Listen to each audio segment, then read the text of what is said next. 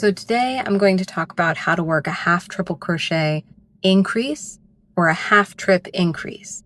I write it as half trip inc in my patterns, but the full name of the stitch is half triple crochet increase. And it means to work 2 half triple crochet stitches into 1 stitch. That means you go from having 1 stitch to having 2 stitches. I've chained 3 to create enough height to the stitch because the post of the half triple crochet stitch is so tall.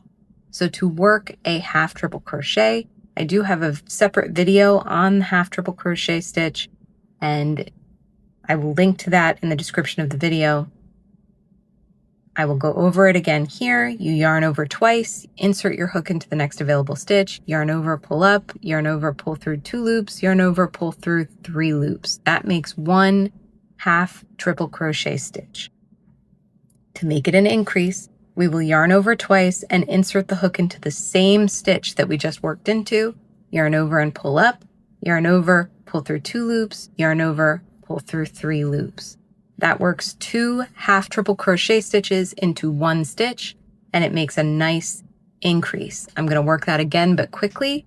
Yarn over twice into the next available stitch, yarn over and pull through 2 loops, yarn over and pull through 3 loops, and then work that again. And that makes for a nice half triple crochet increase. I'm going to do it one more time slowly. Yarn over twice, insert into the next available stitch, yarn over, pull up, yarn over, pull through 2 loops, yarn over, pull through 3 loops, and again, yarn over twice, insert into the same stitch, yarn over, pull up, yarn over, pull through 2 loops, yarn over, pull through 3 loops. So that is a half triple crochet increase, and I hope that helps.